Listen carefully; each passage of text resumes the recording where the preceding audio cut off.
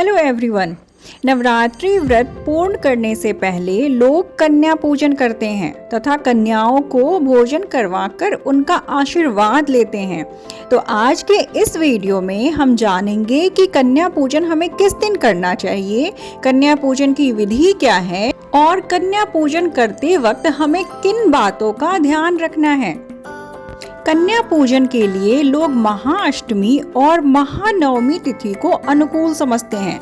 कुछ लोग महाअष्टमी तिथि पर माँ महागौरी तथा महानवमी पर माँ सिद्धिदात्री की पूजा करने के बाद घर में हवन करवाते हैं और हवन करवाने के बाद कन्या पूजन किया जाता है, फिर व्रत को पूर्ण करते हैं। कन्याओं की आयु 2 वर्ष से ऊपर तथा 10 वर्ष तक होनी चाहिए। हमें हमेशा 9 कन्याएं पूजनी चाहिए जो कि माता के 9 स्वरूपों को दर्शाती है। उनके साथ एक बालक भी पूजा जाता है जिसे हनुमान जी का रूप माना जाता है, जिसे लंगूर या लोगरा भी कहा जाता है। जिस तरह माँ की पूजा भैरव के बिना पूरी नहीं मानी जाती, ठीक उसी तरह कन्या पूजन भी लंगूर के बिना अधूरा होता है।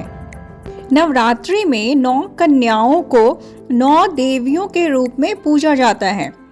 कहा जाता है भक्त का व्रत कंजक पूजने के बाद ही सफल होता है। कभी कभी 9 कन्याएं नहीं मिल पाती हैं तो ध्यान रहे कि 9 नहीं तो 7 या 5 कन्याएं अवश्य पूजे। यदि 9 से ज्यादा कन्या भोज पर आ रही हैं तो उसमें भी कोई आपत्ति नहीं होनी चाहिए। अगर किसी कारणवश 9 कन्याएं बिठाने में आप असमर्थ हैं तो कुछ ही कन्याओं में भी यह पूजन किया जा सकता है। जितनी कन्याएं बची हैं उनका भोजन आप गौ माता को खिला सकते हैं। अगर आप महाअष्टमी पर कन्या पूजन कर रहे हैं तो माँ महागौरी की पूजा करने के बाद कन्या पूजन करें, अन्यथा महानवमी पर माँ सिद्धिदात्री की पूजा करने के बाद कन्या पूजन करें। कन्या पूजन के लिए 9 कन्याओं और एक बालक को आमंत्रित करें व उनके पैर धोकर आसन पर बिठा दीजिए। अब सभी कन्याओं और लंगूर को तिलक लगाइए और कलाई पर मौली को रक्षा सूत्र के रूप में बांधिए एवं माता की आरती कीजिए। मंदिर में मां को भोग लगाने के बाद कन्याओं और लंगूर को भोजन करवाइए और भोजन प्रसाद के साथ उन्हें फल और दक्षिणा दीजिए। अंत में सभी कन्याओं और लंगूर के पैर छूकर आशीर्वाद लेना चाहिए और सम्मान पूर्वक सभी को विदा कीजिए। ऐसा करने से दुर्गा माता प्रसन्न होती हैं।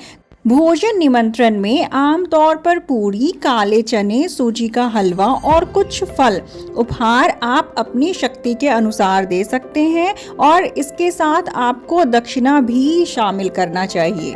कन्याओं को उनके उम्र के अनुसार पूजने के अपने अलग ही महत्व हैं, तो अब हम उसके बारे में जानेंगे। 2 साल की कन्या की पूजा करने से घर के दुख और दरिद्रता दूर होती है। 3 साल की कन्या को त्रिमूर्ति का रूप माना जाता है। इन्हें पूजने से घर में धन और सुख की प्राप्ति होती है। 4 साल की कन्या को माँ कल्याणी के रूप में पूजा जाता है। इनकी पूजा करने से कल्याण होता है। 5 साल की कन्या को रोहिणी माना जाता है। इन्हें पूजने से हमारा शरीर रोग मुक्त होता है। 6 साल की कन्या को काली का रूप माना जाता है। इनकी पूजा करना विद्या के लिए अच्छा होता है और राजयोग बनता है।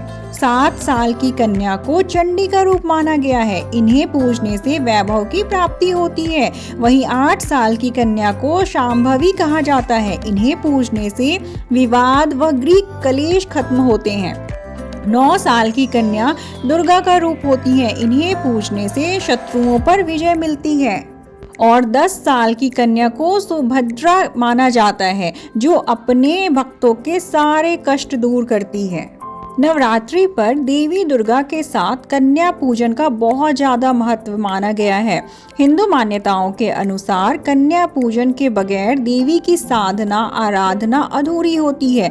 यही कारण है कि नवरात्रि में जो लोग 9 दिनों तक व्रत रखते हैं और जो नहीं भी रखते हैं, दोनों ही अष्टमी या नवमी तिथि पर माता रानी की कृपा पाने के लिए अपने घर में बड़े आदर के साथ 9 कन्याओं का पूजन करते हैं। कन्या पूजन से देवी दुर्गा शीघ्र ही प्रसन्न होती हैं और नवरात्रि की पूजा और व्रत का पूरा पुण्य फल प्रदान करती हैं।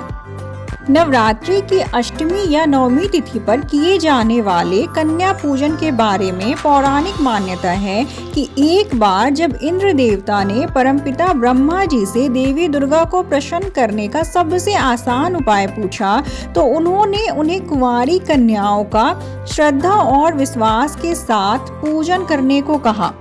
कन्या पूजन की यह परंपरा उसी के बाद से शुरू हुई और अब तक चली आ रही है। जब कन्या आपके यहाँ भोग ग्रहण कर ले तो आप उनके पैर छुए और उन्हें थोड़ा सा हल्दी मिला हुआ अक्षत देकर आशीर्वाद के रूप में खुद पर छिड़कने को कहें। इसके बाद उन्हें सम्मान के साथ विदा करें। इस उपाय को करने पर साधक के यहाँ पूरे साल धन धान्य भरा रहता है और कभी भी घर में दुख दुर्भाग्य प्रवेश नहीं करता। इस साल 11 अक्टूबर को महाअष्टमी और नवमी की पूजा होगी। शास्त्रों के अनुसार सप्तमी और अष्टमी मिला रहने पर महाअष्टमी का व्रत निषेध माना गया है। 10 को सप्तमी और अष्टमी दोनों है, इसलिए श्रद्धालु अष्टमी की पूजा न कर सिर्फ महागौरी का दर्शन करेंगे। यूं तो नवरात्रि के 9 दिनों में से किसी भी दिन कन्या पूजन किया जा सकता है, लेकिन अष्टमी व नवमी तिथि को इसका विशेष महत्व होता है। नवरात्रि के पहले दिन कलश स्थापना और जौ ज्वार बोना बेहद शुभ माना जाता है। नवरात्रि में कलश स्थापना और मिट्टी के बर्तन में जौ बोने की परंपरा लंबे समय से चली आ रही है। ऐसा करने से घर में सुख समृद्धि और खुशहाली आती है। मान्यताओं के अनुसार जौ को ब्रह्मा जी का रूप माना जाता है। नवरात्रि की प्रतिपदा तिथि को माँ दुर्गा की पूजा शुरू करने से पहले जौ में जल अर्पित किया जाता है और उसे कलश में स्थापित किया जाता है। देवी भगवती की कृपा पाने के लिए जौ को बोना महत्वपूर्ण माना गया है। तो नवरात्रि में उगने वाले ज्वार कई संकेत भी देते हैं। तो आइए अब हम उसके बारे में जानते हैं कि ज्वारे से मिलने वाले शुभ अशुभ संकेत और नवरात्रि के बाद इनका क्या करना चाहिए। ऐसा माना जाता है कि अगर जौ का रंग ऊपर आधा हरा और नीचे आधा पीला हो तो इसका मतलब आने वाला साल आधा समय मुश्किल भरा हो सकता है, लेकिन बाद में परिस्थितियां सामान्य हो जाएंगी। वहीं यदि जौ का रंग ऊपर आधा पीला और नीचे आधा हरा रह जाए तो यह साल की शुरुआत शुभ और बाद के समय में चुनौतियों के आगमन का संकेत हो सकता है। अगर जौ सफेद या हरे रंग में उग रहा हो तो यह अति शुभ संकेत माना जाता है। इससे आपकी पूजा सफल मानी जाती है। वहीं जौ अगर सूखी और पीली होकर झड़ने लगे तो यह अच्छा संकेत नहीं माना जाता है। ऐसे में देवी भगवती से कष्टों के निवारण के लिए विधि विधान से पूजा करना चाहिए। नवरात्रि के समापन के बाद ज्वारे को मिट्टी के बर्तन से बाहर निकालें। इसमें से कुछ ज्वारे को घर के मंदिर में रखें, कुछ ज्वारों को घर के तिजोरी में रख सकते हैं। घर के सभी लोग अपने पर्स में 1 या 2 ज्वारे रख सकते हैं।